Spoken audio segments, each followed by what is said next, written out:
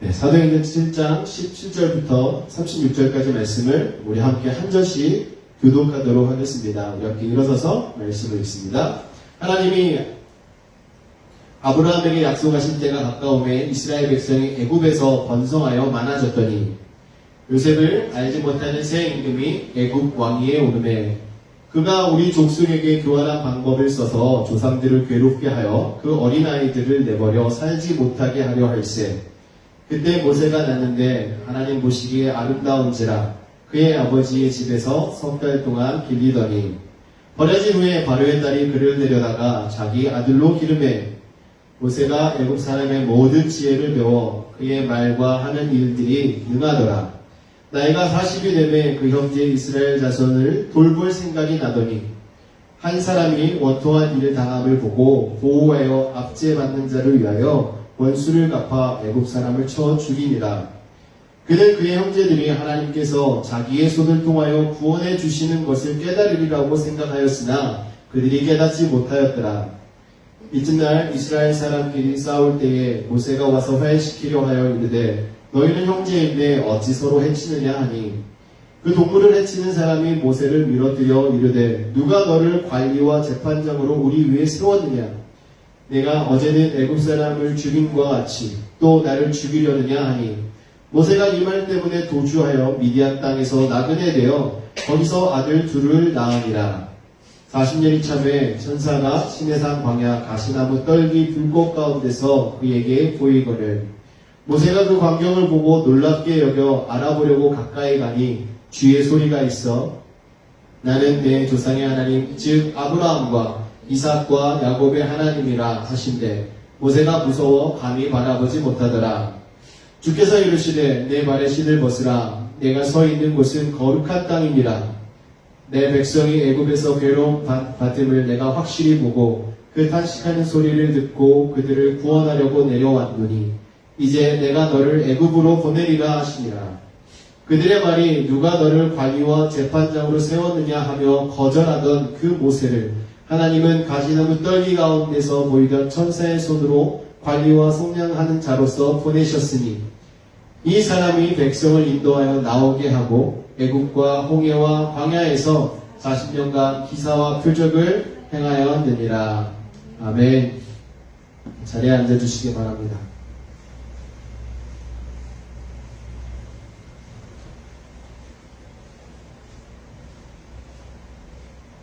네, 오늘 본문 말씀 내용을 가지고요. 스테반 집사님의 두 번째 설교 내용을 함께 나누려고 합니다.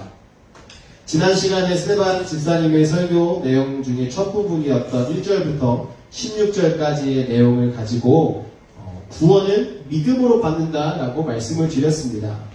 스테반 집사가 족장시대의 역사를 이야기를 하면서 하나님의 구속의 역사가 언약과 믿음에 근거하여 흐르고 있음을 밝혔습니다. 그리고 형식적인 율법주의에 젖어서 하나님께 대한 참 믿음을 상실한 이 유대인들을 향하여서 그들이 불신앙을 가지고 있음을 지적하였습니다.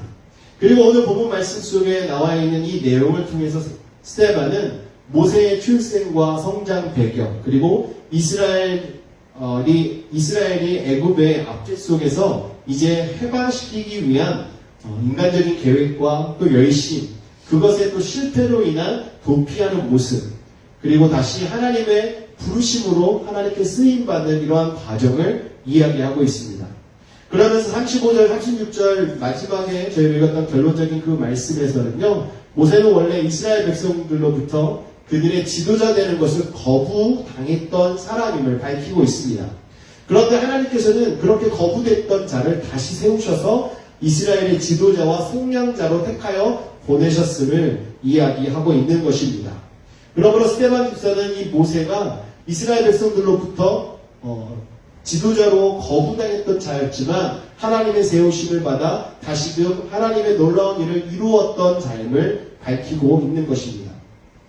예수님 시대에 그 초대교회 당시의 유대인들은 율법의 전수자였고 또 이스라엘의 구원자였던 이 모세를 정말 지나치게 영웅시하면서 살았습니다.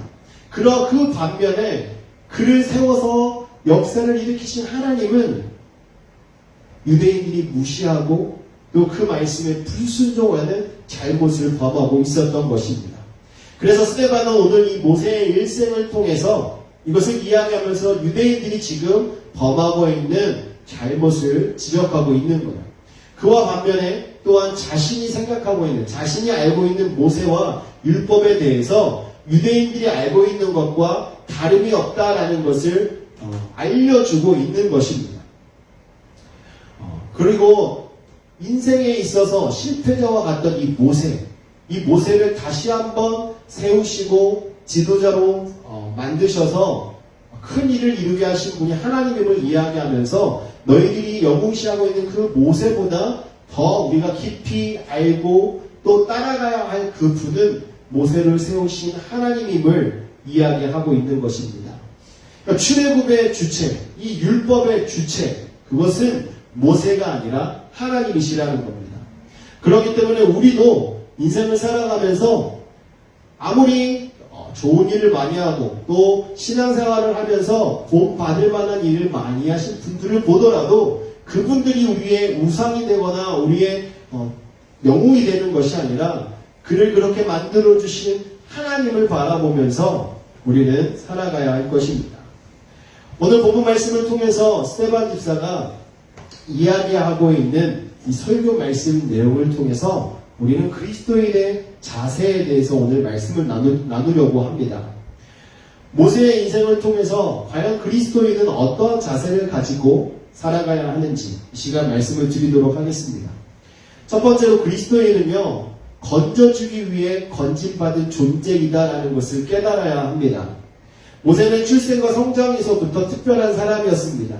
여기서 특별하다라는 것은요, 보통 사람보다 우월했다라는 것을 의미하는 것이 아닙니다. 그 당시의 시대적 환경과 상황들이 너무나도 특수했습니다. 모세가 태어날 당시만 해도 이스라엘은 나라가 없었고 자신들의 땅이 없었습니다. 그래서 애굽에 노예로 살고 있었던 시절이었는데요. 이때 얼마나 이스라엘이 힘이 없었으면 19절 말씀에 보면 이스라엘 자손들이 낳는 자녀들도 애굽의 통제를 받았습니다. 이스라엘 백성들이 남자아이들이 많이 태어나서 이 건장한 남자들이 많아지기 시작하니까 애굽 사람들 생각에는 시간이 더 지나면 남자들이 많아져서 우리가 통제하기가 힘들 수 있겠구나라고 생각이 들게 된 거예요. 그래서 이스라엘 백성들을 통제하는데 어떻게 통제했냐면 아들이 태어나면 무조건 죽이라 그랬습니다. 그래서 그 당시 아들이 태어나면 애굽 사람들은 그것을 조사해가지고 아이들을 데려다가 다 악어밥으로 강물에 던져버렸습니다. 이런 상황 속에 모세가 태어나게 된 거예요. 이런 상황 속에서 모세가 태어났는데 모세가 태어나서 어떻게 됐습니까? 말씀 속에 보니까 3개월 동안 부모님과 있다가 이제 버림을 당하게 됩니다. 죽일 수가 없으니까 살리고 싶어서 갈대 상자를 만들어서 강에 떠내려 보내요. 이렇게 갈대 상자에 담아 물 위에 띄워 보낼 수밖에 없는 이런 상황 속에 모세는 태어났습니다. 21절 말씀을 보니까 버려진 후에 바로의 딸이 그를 데려다가 자기 아들로 기르매라고 기록하고 있습니다. 참 드라마와 같은 일 아니겠습니까? 버림을 당했는데 그 왕국의 공주의 손에 건짐을 당하는 이런 사건이 일어난 거예요. 완전히 한편의 드라마와 같은 것이죠. 모세는 바로의 권세에 의해서 구원을 받게 된 것입니다. 히브리인이었지만 바로의 딸, 자신의 딸이 데리고 온 아이였기 때문에 죽이지 않고 살려주게 된 거예요. 그래서 이 바로의 딸은요, 이름을 모세라고 지었는데요. 이 모세의 뜻은 물에서 건짐을 받은 자라는 히브리식 이름입니다. 하나님은 이 모세를 바로의 공주를 통해서 죽을 수밖에 없는 그 운명 속에서 극적으로 건져주셨습니다. 그리고 그 건져주신 모세를 통해서 애굽에서 종살이하고 있는 이스라엘 민족을 또 건져주신 것입니다. 다시 말씀드리면 모세는 자기 백성을 고난에서 건져줄 사명을 지니고 죽음에서 건짐을 받게 된 것입니다. 여기서 우리는 한 가지 알아야 될 사실이 있습니다. 그것은 바로 우리가 이 시대의 모세라는 사실입니다. 사랑하는 성도 여러분, 하나님께서는요, 바로 저와 여러분을 죄와 사망의 늪 가운데서 건져 주셨습니다. 죽을 수밖에 없었지만 저희들을 건져주심으로 새 생명을 가지고 살아가게 해주셨는데 그 이유는 바로 하나님을 모르고 죽어가는 영혼들을 건지는데 사용하시기 위함입니다. 이와 관련해서 구세군의 창시자인 윌리엄 부스는 이렇게 이야기합니다. 그리스도인은 구원하기 위해 구원받은 존재이다. 다른 영혼들을, 죽어가는 영혼들을 구원하기 위해서 구원받은 존재다라고 이야기를 했습니다. 하나님은 우리를 그리스도를 통해서 영원한 심판과 죄와 죽음의 운명 속에서 구원해 주셨습니다. 그렇게 구원받은 저희들에게 예수님께서는 사명을 주셨는데 그것은 이 땅에 있는 모든 족속들로 제자를 삼아서 세례를 베풀라라고 말씀하셨습니다. 그 이유가 무엇입니까? 죽어가는 영혼들을 살리라는 것이죠. 우리가 죽을 수밖에 없는 영혼이었는데 우리가 건짐을 당하여서 구원받은 것처럼 저희들이 받은 그 은혜를 가지고 세상에 나아가서 복음을 전하여 그 영혼들을 구원하는 그 사명이 저희들이 있음을 말씀하고 있는 거예요. 여러분 디모데전서 4장 16절 말씀을 보시면 사도 바울은 영적 아들인 디모데에게 이렇게 권면을 합니다. 내가 내 자신과 가르침을 살펴 이 일을 계속하라. 이것을 행하면 내 자신과 내게 듣는 자를 구원하리라. 여기서 이 일과 이것은 무엇이겠습니까? 그것은 바로 복음을 전하는 일입니다. 복음을 전하는 일을 계속해야 하고 그것을 행함으로 말미암아서 그 말씀을 듣는 자들을 구원하게 될 것이다 라고 이야기하고 있는 것이죠. 우리를 죽을 수밖에 없었던 그 상황 속에서 죄 가운데서 구원하여 주신 그 구원의 은혜를 계속적으로 전해야 하는 것입니다. 하나님의 섭리와 계획 또 은혜 가운데 모세가 건짐을 받아서 자신의 동족을 애굽 백성들로부터 애굽의 손으로부터 건졌던 것처럼 구원했던 것처럼 오늘 이 순간에도 하나님께서는 저희들을 먼저 하나님의 자녀를 삼아주셨고 죄 가운데서 검진당한 저희들이 이제는 아직도 죄 가운데서 살아가고 있는 영혼들에게 복음을 전함으로 그들을 건지시기를 원하신다는 것입니다. 그러므로 사랑하는 성도 여러분, 우리는 열심히 영혼을 구원하는 일을 해야 합니다. 그것이 우리를 구원하여 주신 아버지 하나님의 뜻에 합당하게 살아가는 그리스도인의 자세인 줄 믿습니다. 두 번째로 그리스도인은요, 자신보다 이웃을 먼저 돌아보아야 합니다. 23절 말씀을 보면 나이가 40이 되면 그 형제 이스라엘 자손을 돌볼 생각이 나더니 라고 기록하고 있습니다. 모세가 이제 나이가 40세가 되니까 이제 동족을 돌아볼 생각을 지니게 되었다라고 말씀하고 있는 것입니다. 모세는 바로의 공주로부터 발견되자마자 이 궁전으로 들어가서 산 것이 아니었어요. 그때 누이였던 미리암이 이 공주를 찾아가서 이 아이에게 젖을 먹여줄 유모를 자기가 알고 있는데 그 역할을 할 사람을 알고 있는데 그 사람을 소개해주겠다 이야기해요. 그랬더니 공주는 그럼 이 아이를 데리고 가서 젖을 뗄 때까지 젖을 먹이고 키우다가 다시 돌려보내라라고 합니다. 그래서 이 모세는 이 누나의 그 지혜 때문에 친어머니의 젖을 먹고 자라게 되었어요. 이렇게 한 3년 정도를 살았습니다. 그때 당시에는요, 3년 정도 걸려서 젖을 뗐다고 하더라고요. 그러다 보니까 이 3년이나 되는 그 시간 동안 이 아이들은 어떻게 되었겠습니까? 이 엄마와 누이의 손에서 히브리식 교육을 받고 자신이 어떤 사람인지도 알게 되고 이렇게 자라나게 된 거예요.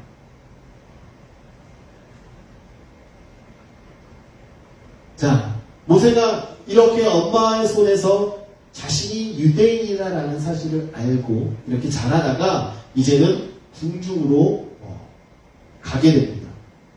이렇게 가게 되어서 거기서 무엇을 배우게 되냐면 이제는 다른 왕실의 귀족들과 함께 애굽의 최고의 학문을 배우기 시작합니다. 애굽의 제사장들은 과학과 수학과 또 천문학, 또 의학에 매우 뛰어난 지혜자들이었습니다. 모세는 이러한 지혜자들로부터 그 당대의 최고의 그 학문을 배웠습니다. 그러다 보니까 모세는 아주 총명했고 지혜로웠다라고 성경은 말하고 있어요. 또 모세가 얼마나 대단했냐면요, 전쟁에 나가서요, 전쟁에서 승리하는 공을 세우기도 했다고 합니다. 그만큼 모세는 자신이 필요한 모든 것을 습득하면서 잘 자라고 있었어요. 이렇게 성장한 모세는 이제 나이가 40이 되었을 때 결단을 내립니다. 그때 내린 결단은 자기 형제 자매된 히브리 사람들을 이제 돌아볼 마음을 가지게 된 거예요. 다시 말씀드리면 이제 40세가 되니까 드디어 자신을 돌아보는 것이 아니라 이제 자신이 아닌 남을 생각할 수 있게 되었다라는 것이죠. 그래서 결단을 하고 노예로 일하고 있는 자신의 동족들을 찾아가게 됩니다. 여러분 이제 나이 40세가 되면요, 오늘날도 보면 이제 웬만큼 성숙해지고 이제는 혼자 무언가를 하면서 정말 남을 돌아볼 수 있는 시기라고 말합니다.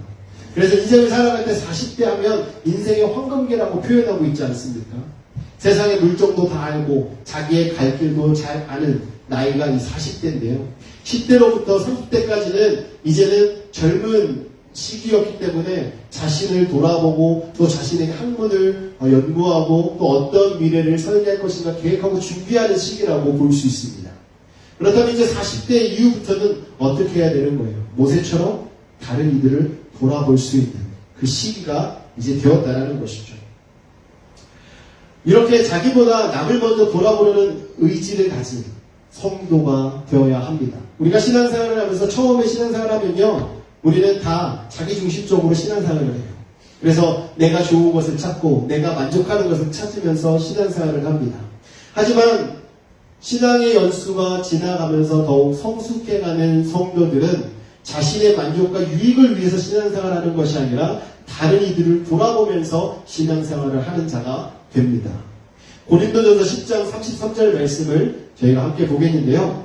나와 같이 모든 일에 모든 사람을 기쁘게 하여 자신의 유익을 구하지 아니하고 많은 사람의 유익을 구하여 그들로 구원받게 하라라고 말씀을 합니다. 이 말씀을 통해서 보니까 성도는 자신의 유익을 위해서 무엇을 하는 자가 아니라 다른 이들의 유익을 위해서 무엇인가를 하는 자입니다. 또 빌립보서 2장 4절 말씀에 보면 각각 자기 일을 돌아볼 뿐더러 또한 각각 다른 사람들의 일을 돌아보아 나의 기쁨을 충만하게 하라라고 말씀합니다. 그러니까 성숙한 성도는 겸손한 마음으로 남을 자신보다 낮게 여기고 자신의 일뿐만 아니라 다른 사람들의 일도 돌보며 살아가는 자입니다. 신앙이 어린 성도들은요, 정말 자기중심적이에요. 그래서 오면 모든 이들이 자신을 바라봐 주기를 원하고 모든 이들이 자신을 섬겨주기를 원하는 마음이 더 앞섭니다. 그러나 신앙이 성숙하신 분들은 다른 이들이 나를 쳐다보지 않아도 다른 이들이 나를 섬기지 않아도 묵묵히 꾸준히 하나님을 예배하고 하나님의 이름으로 정말 많은 이들을 섬기는 일에 앞장서면서 신앙생활 하시는 분들입니다. 그러므로 사랑하는 성도 여러분, 저와 여러분은 과연 어떤 자세를 가지고 신앙생활을 하고 있습니까? 모든 이들이 그냥 나를 바라봐 주기를 원하고 내가 필요하고 내가 원하는 것만 추구하면서 신앙생활을 하고 있는지, 아니면 이제는 내 것이 아니라 나의 유익이 아니라 다른 영혼들을 바라보면서 다른 이들을 섬기면서 신앙생활하고 있는지 우리는 함께 돌아보아야 할 것입니다. 그러므로 사랑하는 성도 여러분, 모세가 장성하여서 이제 자신의 동족을 돌아볼 마음을 가졌던 것처럼 이제는 나 자신이 아니라 우리와 함께 신앙생활하고 있는 다른 성도들과 또 이 지역에서 죽어가는 영혼들을 돌아보면서 그들을 위하여 살아가는 저와 여러분 되시기를 주님의 이름으로 축원합니다. 그리고 세 번째는요, 그리스도인은 시기와 질투를 하지 않습니다. 26절부터 28절까지의 내용은 동족들이 모세를 배척한 내용이 나오고 있습니다. 스데반 집사는 이 내용을 강조하고 있습니다. 모세는 자신이 원통한 일을 당하는 동족을 구해준 일을 동족이 기뻐할 줄 알았습니다. 그래서 25절 보면 모세가 이스라엘 백성들이 하나님께서 자기의 손을 빌어 그들을 구원하여 주시는 것을 깨달으리라고 생각했다라고 이야기해요. 그러니까 자신이 애굽의 왕자가 될 수 있었던 것은 하나님이 자신을 세워서 이스라엘 백성들을 구원하라고 이렇게 세워주신 거라고 자신을 믿고 있었고, 또 이스라엘 백성들도 그 사실을 깨닫게 될 것이다라고 생각했다라는 겁니다. 하지만 자신의 생각과 전혀 다른 일이 일어나고 있는 것이죠. 모세가 그 당시에 자신의 동족을 괴롭히던 그 애굽의 감독관을 그냥 말로 타일러서 그냥 꾸중을 주고 멈추게 할 수도 있었습니다. 하지만 그 애굽인 감독을 죽이기까지 한 이유는요, 이 모세가 동족들에게 자신이 어디에 속해 있는가를 확실하게 보여주기 위해서 했던 행동이에요. 좀 과한 행동이었던 것이죠. 모세는 그 이후에 적극적으로 동족들과 가까워지려고 애를 썼습니다. 그래서 서로 다투고 있는 그 동족을 화해시키려고 그들에게 다가갑니다. 그런데 그들의 반응은 뜻밖에도 모세를 불신하고 배척하는 것이었습니다.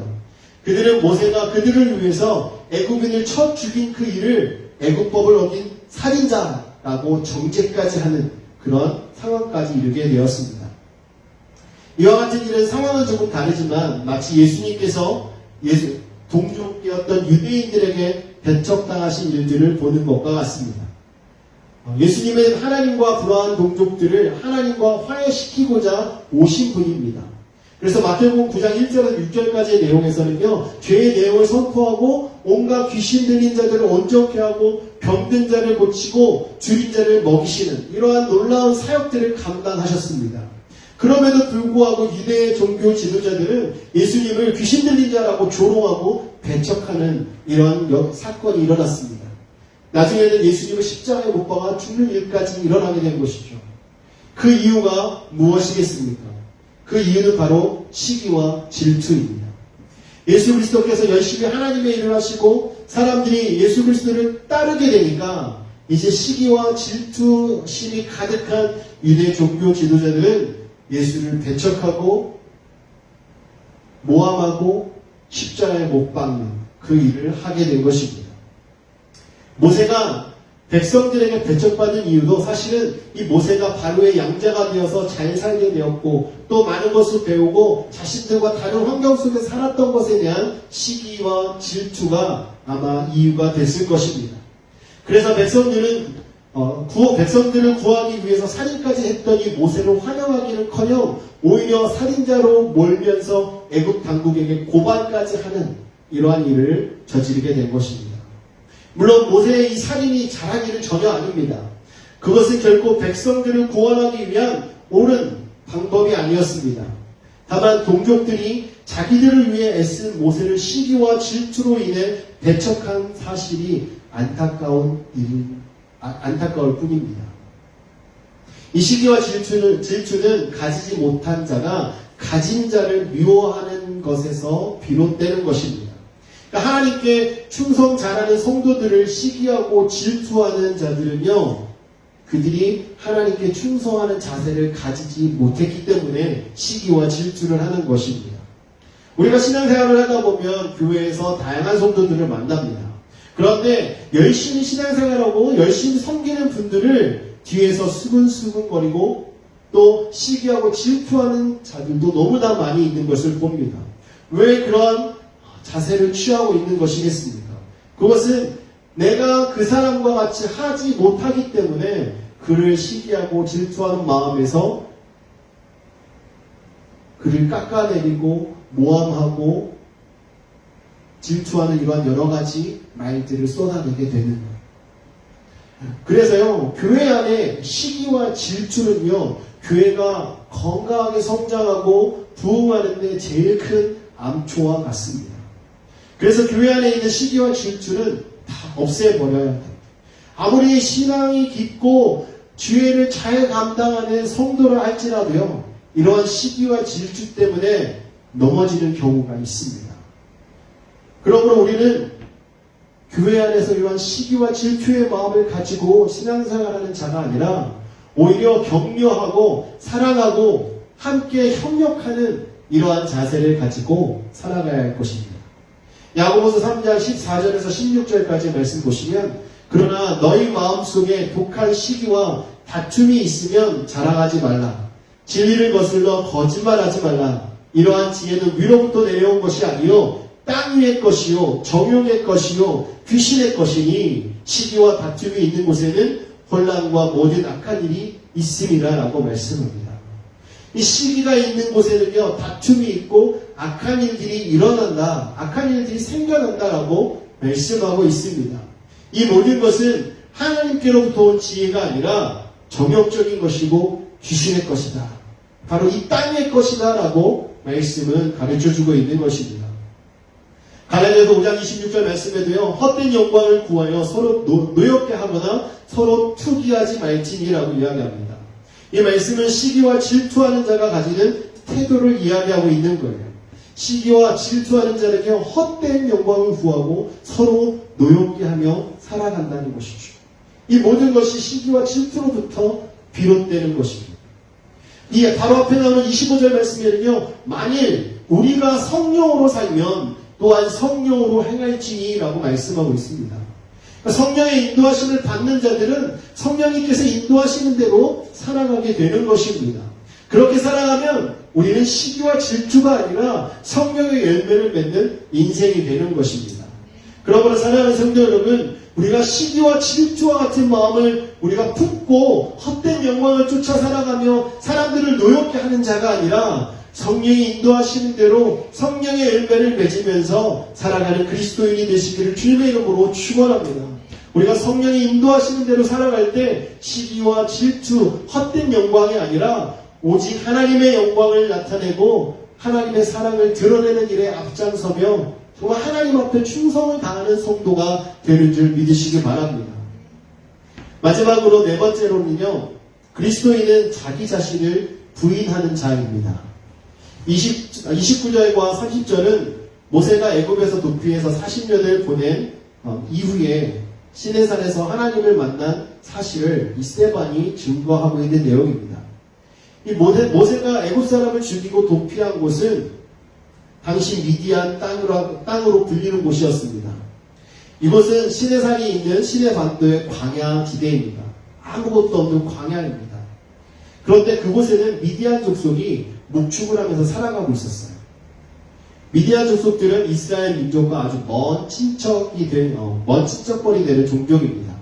왜냐하면 그들은 창세기 25장 1절에서 6절까지의 내용을 보시면 이스라엘 조상 아브라함의 후처인 그두라의 소생들이었기 때문에 그렇습니다. 그런데 이 미디안 광야의 어느 이 우물가에 도착한 모세는 우연히 목자들에게 괴롭힘을 당하고 있었던 미디안 제사장의 딸을 돕게 됩니다. 모세는 불의한 것을 참지 못하는 그 성격 때문에 그곳에서도 미디안 제사장의 딸을 괴롭히는 이 미디안 목자들과 결전을 벌이게 된 것이죠. 이 일로 인해서 모세는 미디안 제사장의 가족들 안으로 들어가게 되었습니다. 가족의 일원이 되고 이제 목동이 되어서 목자의 일을 감당하기 시작한 것이죠. 모세의 삶을 보면 이전까지의 삶은 왕궁에서 완전히 화려하게 부족한 것 없이 살아가던 인생이었습니다. 또 자신의 힘으로 이스라엘을 구원하겠다라고 생각하며 지냈던 삶이었습니다. 근데 지금은 어떻습니까? 지금은 광야에서 정말 아무것도 없는 곳에서 평범하게 목동으로서 나날을 보내게 되었습니다. 그러니까 자신이 이스라엘을 구원하겠다라는 이런 꿈도 사라지게 된 것이죠. 그래서 모세는요, 첫 아들을 얻고 그의 이름을 게르솜이라고 이름을 지었습니다. 이 이름의 뜻은 타국에서 객이 되었다라는 의미입니다. 다시 말씀드리면 이제 모세는 자신도 어쩔 수 없이 인생의 한 나그네라는 그 사실을 깨닫게 된 것입니다. 난 남보다 잘난 것이 없고 그냥 나그네와 같은 인생임을 자신이 인정하게 된 것입니다. 그는 이전까지의 자신의 화려한 모습을 다 내려놓고 이제는 철저하게 자신을 부인하는 인생이 된 것입니다. 이렇게 40년 동안 미디안에서 목동으로 지내게 되었는데 그러던 어느 날 시내산에서 양을 찾아 헤매다가 하나님을 만나게 됩니다. 그래서 하나님으로부터 소명을 받고 이스라엘의 지도자가 되는 그 사명을 가지고 이제 내려오게 된 것이죠. 사랑하는 성도 여러분, 하나님의 일은 하나님의 권능과 하나님의 힘으로 해야 합니다. 왜냐하면 하나님의 일은요, 사단과 싸우는 영적 전쟁이기 때문에 인간의 재주와 힘으로는 아무것도 할 수 없습니다. 모세가 애굽에서 배웠던 그 지혜로운 그 학문들, 그런 것을 가지고 이스라엘 민족들을 구원할 수 없었습니다. 모세가 광야 생활을 통해서 이제 철저하게 자신이 비워지고 철저하게 자기 부인이 이루어지게 되었을 때 하나님께서 그를 찾아가셔서 그를 이제는 세우시게 된 거예요. 이것이 바로 하나님의 일하시는 방법입니다. 하나님은 결코 자기에게 능력이 있다라고 자만하는 사람을 사용하시지 않습니다. 하나님은 철저히 자기 자신을 부인하는 자들을 들어서 하나님의 능력을 주시고 하나님의 일을 감당하게 하시는 것입니다. 예수님께서도 마태복음 16장 24절 말씀에 이에 예수께서 제자들에게 이르시되 누구든지 나를 따라오려거든 자기를 부인하고 자기 십자가를 지고 나를 따를 것이라 라고 말씀하고 있습니다. 예수님을 따라가며 하나님께서 주신 그 사명을 감당하기를 원하시는 모든 분들은 자기 자신을 부인하고 자신의 십자가를 지며 주님께 나아가야 하는 것이죠. 여러분 주변에 하나님으로부터 크게 쓰임을 받는 분들을 한번 보십시오. 또 우리가 신앙생활하면서 정말 존경을 받고 신앙생활하고 있는 분들을 바라볼 때 한결같이 그분들은 자기 자신을 부인하고 자신의 모든 것을 내려놓고 살아가고 있음을 공통적으로 우리는 발견할 수 있습니다. 그러므로 사랑하는 성도 여러분, 하나님께서 쓰시기에 합당하도록 우리의 모든 것을 내려놓고 우리의 그릇을 빈 그릇으로 만드시기를 주님의 이름으로 축원합니다. 우리가 비워지면 비워질수록 하나님의 것이 더욱더 많이 채워지게 되는 것입니다. 하나님의 능력이 우리와 함께하고 하나님께서 저희들과 함께하셔서 하나님의 그 일을 맡겨주실 때 저희들이 그 일을 잘 감당하게 되는 것입니다. 그러므로 사랑하는 성도 여러분, 우리가 먼저 우리 자신을 부인하고 우리의 모든 십자가를 지고 주님 앞에 나아가기를 주님의 이름으로 축원합니다. 모든 것이 다 내려질 때 주님께서 쓰시기에 합당한 그릇이 되는 것입니다. 하나님께서 주신 그 사명, 우리가 감당하기에 합당한 주의 종들이 되는 것입니다. 그러므로 사랑하는 성도 여러분, 하나님께 크게 쓰임받기를 원하신다면 모세와 같이 자기 자신을 부인하고 하나님의 능력을 의지하시는 성도님들 되시기를 주님의 이름으로 축원합니다. 오늘 말씀을 정리하도록 하겠습니다. 오늘 말씀을 통해서 모세의 일생을 통하여서 정말 어떤 그리스도인으로서 살아가야 할지 오늘 말씀의 은혜를 나누었습니다. 사실 스데반 집사는 이 모세의 일생을 통해서 율법과 출애굽의 주체는 모세가 아니라 하나님이시다라는 것을 증거하고 있습니다. 그래서 율법과 모세를 숭배하고 있는 이 유대인들을 향하여서 하나님의 그 깊으신 뜻을 깨닫지 못하고 있는 그 불신앙적인 이런 자세를 지적하고 있는 것이죠. 이러한 스데반의 설교를 통하여 오늘 저희는 그리스도인의 자세를 돌아보았습니다. 그리스도인으로서 정말 우리는 하나님께 쓰임받기 합당한 자가 되기 위하여 우리는 말씀 앞에 서야 합니다. 하나님께서 저희들을 부르셨습니다. 그러므로 저희들은 하나님의 부르심에 합당한 자가 되어서 복음을 전하고 또 이웃을 돌아보며 시기와 질투를 하지 않고 오히려 더욱더 옆에 있는 분들을 격려하고 우리가 성령으로 합심하여서 하나가 되어서 하나님의 일을 이루어 나갈 줄 믿습니다. 우리 서로 자신을 부인하고 하나님의 자녀가 되어서 하나님의 일을 함께 이루어 나아가시는 페로시 커뮤니티 교회 성도가 되시기를 주님의 이름으로 축원합니다. 이 시간 함께 기도하시겠습니다. 함께 기도하실 때